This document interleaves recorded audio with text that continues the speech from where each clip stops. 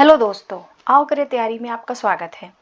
दोस्तों, बिहार में बहार बा दरोगा भर्ती आ गईल बा। इस बार चूकना नहीं है आपको। बिहार पुलिस अवर सेवा आयोग की तरफ से नोटिफिकेशन जारी हो चुका है। टोटल 1275 पदों पे बिहार दरोगा की भर्ती आ चुकी है और इस बार मेहनत करके एक सीट आप लोग हथियार लीजिए। प्लीज मौका चूकने ना पाए, इस बार दरोगा बन जाइए। दोस्तों चलिए इसी क्रम में हम अपना नोटिफिकेशन देख लेते हैं और इस बार एकदम जम करके आप लोग तैयारी करिए, सिलेक्शन ले ही लीजिए क्योंकि ये चुनाव का दौर है। चुनाव के दौर में वैकेंसियां आती हैं और इस वैकेंसी का आपको फायदा उठाना है, तो आप प्लीज लग जाइए और अच्छे से मेहनत करके एक सीट अपने नाम कर लीजिए। चलिए नोटिफिकेशन हम लोग देख लेते हैं। ये जो वेबसाइट है www.bpsc.bih.nic.in, इस पे जो है ये नोटिफिकेशन आ चुका है। इसको हम लोग देख लेते हैं, थोड़ा बड़ा कर लेते हैं हम। देखिए, बिहार सरकार गृह विभाग आरक्षी शाखा में पुलिस अवर निरीक्षक के रिक्त पदों पर प्रतियोगिता परीक्षा के आधार पर सीधी नियुक्ति हेतु विज्ञापन जो है ऑनलाइन आवेदन पत्र प्राप्ति की अंतिम तिथि जो है वो 5/11/2023 है। ध्यान रखिएगा, ये 5 नवंबर को फॉर्म भरने की अंतिम तिथि है, ये ध्यान रखिएगा, आप लोग इसको मिस मत करिएगा। विज्ञापन संख्या देख लेते हैं। विज्ञापन संख्या है 2/2023। इसमें बिहार सरकार के गृह विभाग के आरक्षी शाखा में पुलिस अवर निरीक्षक के पद पर अधिसूचित रिक्तियों की संख्या जो है वो निम्न प्रकार है, देख लेते हैं। जो पुलिस सब इंस्पेक्टर की इसका वेतनमान जो होगा वो लेवल 6 का वेतनमान होगा और टोटल जो भर्तियां हैं वो 1275 यानी 1275 पदों पर भर्ती आ चुकी है और इन पदों पर नियुक्ति जो प्रतियोगी परीक्षा आयोजित की जाएगी, इसके लिए विज्ञापन संख्या 2/2023 यहाँ जारी किया जा रहा है। ऑनलाइन आवेदन पत्र भरने की जो प्रक्रिया है वो 5/10/2023 से प्रारंभ होगी। ध्यान रखिएगा, जो फॉर्म भरने का डेट है वो 5 अक्टूबर 2023 से प्रारंभ हो जाएगा फॉर्म भरना। इसमें क्या है कि उक्त पदों पर चयन के लिए बिहार पुलिस अवर सेवा आयोग द्वारा अभ्यर्थियों से ऑनलाइन आवेदन पत्र प्राप्त किया जाएगा। एक अभ्यर्थी द्वारा मात्र एक ही ऑनलाइन आवेदन पत्र भरा जा सकता है। चलिए इसमें हम लोग देख लेते हैं क्या क्या महत्वपूर्ण पॉइंट है, उन्हीं महत्वपूर्ण पॉइंट्स पे हम लोग डिस्कस कर लेते हैं। देखिए, यहाँ पे है आवेदन भरने के लिए पात्रता क्या है चाहिए, तो पात्रता को हम लोग देख लेते हैं। तो पहला चीज है कि आपको भारत का नागरिक होना चाहिए, आप इंडियन होने चाहिए। पुरुष महिला थर्ड जेंडर आवेदन कर सकते हैं। ध्यान रखिएगा, यहाँ पे मेल फीमेल और थर्ड जेंडर तीनों आवेदन कर सकते हैं। अभ्यर्थियों की जो शैक्षणिक योग्यता है वो 1/8/2023 तक किसी मान्यता प्राप्त विश्वविद्यालय से स्नातक परीक्षा या राज्य सरकार द्वारा मान्यता प्राप्त उसके समकक्ष परीक्षा उत्तीर्ण होना चाहिए। उम्र सीमा की जो गणना है वो 1/8/2023 के आधार पे की जाएगी। नेक्स्ट है इसमें कि अभ्यर्थियों की जो उम्र दिनांक 1/8/2023 को मैट्रिक अथवा उसके समकक्ष प्रमाण पत्र के अनुसार निम्नवत होगी, नीचे दिया है, तो ध्यान रखिएगा। इसमें जो अनारक्षित यानी जो सामान्य कोटि के जो जनरल कोटा के लोग हैं उनकी जो न्यूनतम उम्र होनी चाहिए वो 20 वर्ष होनी चाहिए और अधिकतम जो उम्र होनी चाहिए वो 37 वर्ष होनी चाहिए। तो जो मिनिमम है वो 20 वर्ष, जो मैक्सिमम है वो 37 वर्ष होनी चाहिए और महिलाओं के लिए जो न्यूनतम है वो 20 है और इसमें जो अधिकतम उम्र है वो 40 है। तो महिलाओं के लिए ध्यान रखिएगा 40 अधिकतम और पुरुषों के लिए जो है वो 37 है अधिकतम। जिसमें पिछड़ा वर्ग एवं अत्यंत पिछड़ा वर्ग के जो पुरुष एवं महिलाएं हैं उनके लिए जो न्यूनतम उम्र है 20 है और अधिकतम जो है 40 है। तो ओबीसी वालों के लिए भी 40 है, दोनों के लिए, चाहे वो पुरुष हो चाहे वो महिला हो। नेक्स्ट इसमें कि जो अनुसूचित जाति और अनुसूचित जनजाति के पुरुष एवं महिला या थर्ड जेंडर के अभ्यर्थी हैं उनकी जो न्यूनतम उम्र होगी 20 होगी और अधिकतम होगी वो 42 होगी। तो उनको महिलाओं से भी 2 साल एक्स्ट्रा मिल रहा है, यानी उनको 42 साल मिलेगा अधिकतम उम्र तक वो इस परीक्षा में सम्मिलित हो सकते हैं। बिहार के वैसे सरकारी सेवकों को उच्चतर वेतनमान सेवा संवर्ग में जाने के लिए प्रतियोगिता परीक्षाओं में भाग लेने हेतु अधिकतम आयु सीमा में 5 वर्ष की छूट दी जाएगी। तो उनको 5 वर्ष की छूट मिलेगी। जिन्होंने नियमित सेवा में न्यूनतम 3 वर्षों की अवधि पूरी कर ली हो उन्हीं को जो है 5 वर्ष की छूट दिया जाएगा।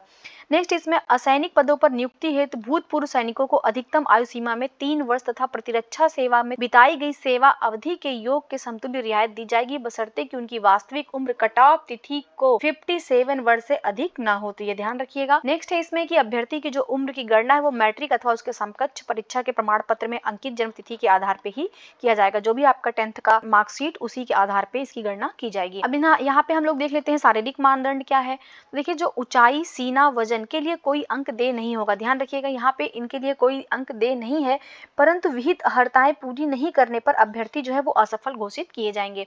तो ऊंचाई कितनी होनी चाहिए, तो जो सामान्य वर्ग के लोग हैं या पिछड़े वर्ग के पुरुष हैं उनके लिए न्यूनतम 165 सेंटीमीटर होना चाहिए और जो अत्यंत पिछड़े वर्ग के पुरुषों के लिए वो न्यूनतम 160 सेंटीमीटर होना चाहिए। अनुसूचित जाति, अनुसूचित जनजाति के पुरुषों के लिए 160 सेंटीमीटर होना चाहिए और सभी वर्गों की जो महिलाएं हैं उनके लिए न्यूनतम 155 सेंटीमीटर उनकी हाइट होना चाहिए। सीना की बात करें तो सीना सिर्फ पुरुषों के लिए है, महिलाओं के लिए सीना नहीं होता है। तो इसमें जो जनरल कैटेगरी के लोग हैं या जो ओबीसी कैटेगरी के लोग हैं उनके लिए 81 सेंटीमीटर मिनिमम होना चाहिए, वो भी बिना फुलाए, और अगर वो फुलाएंगे तो उसके लिए 86 सेंटीमीटर होना चाहिए। अनुसूचित जाति और अनुसूचित जनजाति के पुरुषों के लिए बिना फुलाए 79 और अगर फुलाएंगे वो तो 84। महिलाओं के लिए जो है सीना की माप नहीं होगी। वजन क्या होगा ये भी ध्यान रखिएगा। सभी वर्ग की जो महिला उम्मीदवार हैं उनके लिए न्यूनतम 48 किलोग्राम उनका वजन होना चाहिए। और जो किन्नर, पोथी, हिजड़ा, ट्रांसजेंडर या इनको थर्ड जेंडर कहा जाता है, अभ्यर्थियों के लिए जो शारीरिक मापदंड तथा शारीरिक दक्षता है, परीक्षा का मापदंड पिछड़े वर्ग की जो महिला है, जो पिछड़े वर्ग की महिला है उन्हीं के समान होगा। तो ध्यान रखिएगा जो भी थर्ड जेंडर है उनके लिए जो भी शारीरिक मापदंड है वो पिछड़े वर्ग की जो महिलाएं हैं उन्हीं के इक्वल होगा। नियुक्ति की प्रक्रिया क्या होगी देख लेते हैं। तो देखिए इसमें क्या होगा कि लिखित परीक्षा और प्रतियोगिता परीक्षा होगी।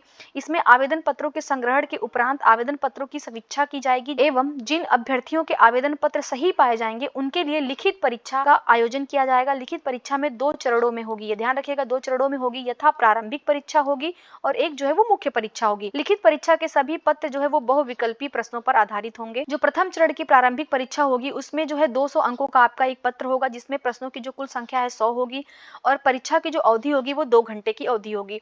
उक्त पत्र में सामान्य ज्ञान एवं समसामयिक मुद्दों से संबंधित प्रश्न पूछे जाएंगे।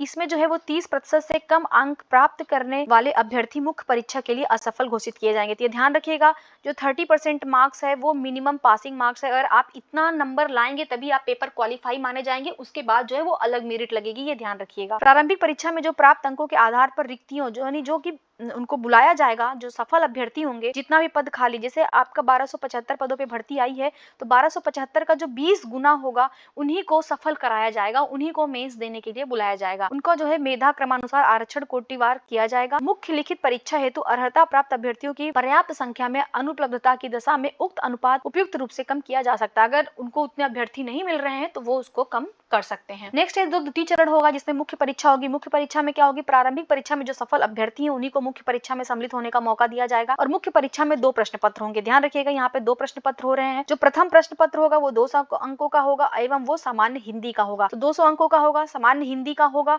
और 2 घंटे का पेपर होगा जिसमें टोटल 100 प्रश्न होंगे और न्यूनतम अर्हता जो है वो 30% अंक का रखा गया है। अगर आप 30% अंक नहीं लाएंगे तो आप जो है परीक्षा पास नहीं कर पाएंगे, उसके बाद अलग मेरिट लगेगी। देखिए उन्हें जो 30% नहीं लाएंगे उन्हें तो अयोग्य घोषित कर दिया जाएगा। और जो सामान्य हिंदी का प्राप्तांक है ये ध्यान रखिएगा वो मेधा निर्धारण में नहीं जोड़ा जाएगा, अर्थात जो आपके 200 नंबर की हिंदी का पेपर हुआ है इस हिंदी के पेपर को मेरिट में नहीं ऐड किया जाएगा। नेक्स्ट इसमें है कि जो द्वितीय प्रश्न पत्र होगा मेंस में 2 होगा, एक तो आपकी सामान्य हिंदी होगी और दूसरा जो होगा आपका जीएस का पेपर होगा। इसमें क्या होगा, जो द्वितीय प्रश्न पत्र होगा उसमें सामान्य अध्ययन, सामान्य विज्ञान, नागरिक शास्त्र, भारतीय इतिहास, भारतीय भूगोल, गणित, मानसिक योग्यता, जांच से संबंधित होंगे। यानी टोटल जो हम लोग देखते हैं नॉर्मली जो पेपर होता है पूरा जीएस होगा, जीएस के साथ साथ थोड़ा सा मैथ और रीजनिंग भी आ रहा है।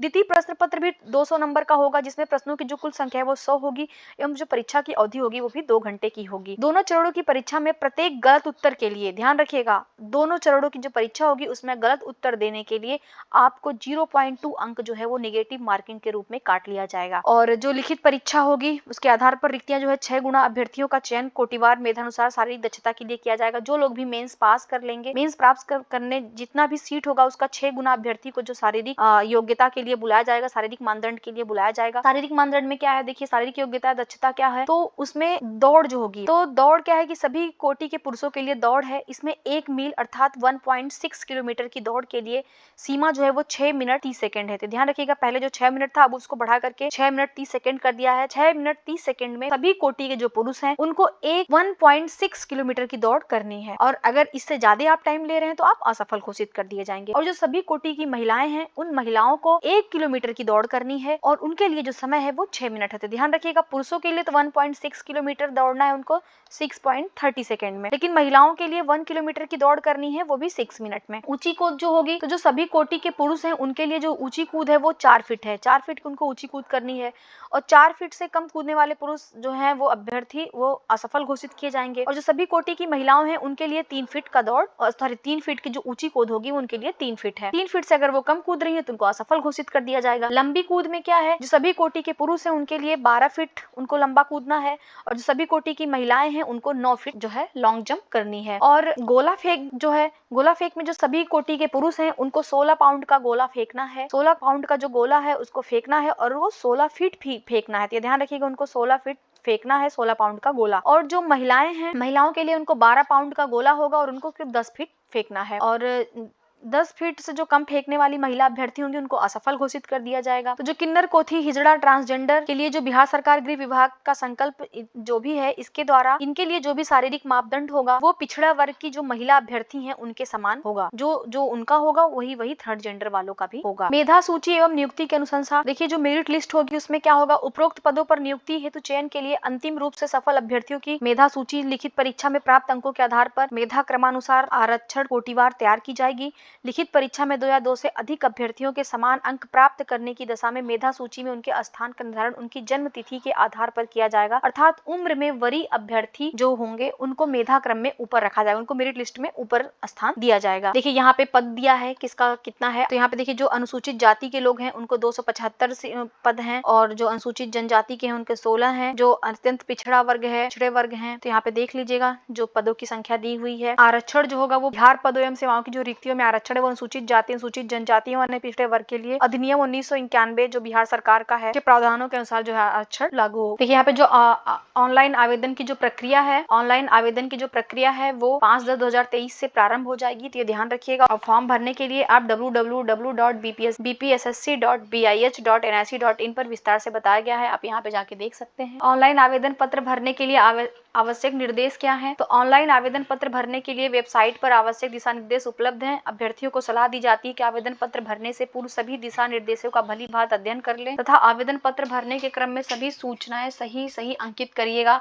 यदि कोई सूचना झूठी या गलत पाई जाएगी तो आवेदन पत्र को रद्द करने के साथ साथ आवश्यक कानूनी कार्रवाई भी की जाएगी। ऑनलाइन आवेदन पत्र भरने के लिए अभ्यर्थी जो है बिहार पुलिस अवर सेवा आयोग की वेबसाइट पे जाकर के वो संबंधित एक लिंक पर क्लिक करेंगे और इसी पृष्ठ पर दिए गए आवेदन पत्र संबंधी लिंक पर क्लिक करने के पश्चात आवेदन पत्र भरने की जो प्रक्रिया है वो प्रारंभ हो जाएगी। और पंजीकरण करने के लिए जो है मोबाइल नंबर तथा ईमेल आईडी अनिवार्य है, तो ये सब अपना नहीं होगा जिनके पास, वो अपना बना लेंगे, फॉर्म भर लेंगे। जो भी इंपॉर्टेंट जानकारी थी वो हमने बता दिया आपको। देख लीजिए, एक अभ्यर्थी द्वारा मात्र एक ही ऑनलाइन आवेदन पत्र भरा जा सकता है। किसी अभ्यर्थी द्वारा एक से अधिक आवेदन पत्र भरे जाने की स्थिति में उसके सभी आवेदन पत्रों को अस्वीकृत कर दिया जाएगा। जो अभ्यर्थी फर्जी नाम एवं पते के आधार पर आवेदन पत्र भरेंगे उनको अपात्र मानते हुए उनके विरुद्ध कठोर कार्रवाई भी की जाएगी। तो ये ध्यान रखिएगा, आप केवल एक ही रजिस्ट्रेशन कर सकते हैं, आप 2-4 मत करिएगा। अगर 2-4 करेंगे तो सभी को रद्द कर दिया जाएगा। प्रमाण पत्रों से मिलान के समय यदि इनमें कोई भी भिन्नता अगर होगी तो अभ्यर्थी जो उम्मीदवारी है उसको रद्द कर दी जाएगी। तो बहुत ही सावधानी से फॉर्म भरिएगा कि जो भी इंपॉर्टेंट चीजें थी वो मैंने आपको बता दिया, उन चीजों का आप पालन करिएगा, फॉर्म भर लीजिएगा। और ध्यान रखिएगा जो फॉर्म भरने की अंतिम तिथि है वो मिस मत कर दीजिएगा, वो 5 नवंबर है। तो ध्यान रखिएगा, स्टार्ट हो रहा है 5 अक्टूबर से और लास्ट डेट जो है वो 5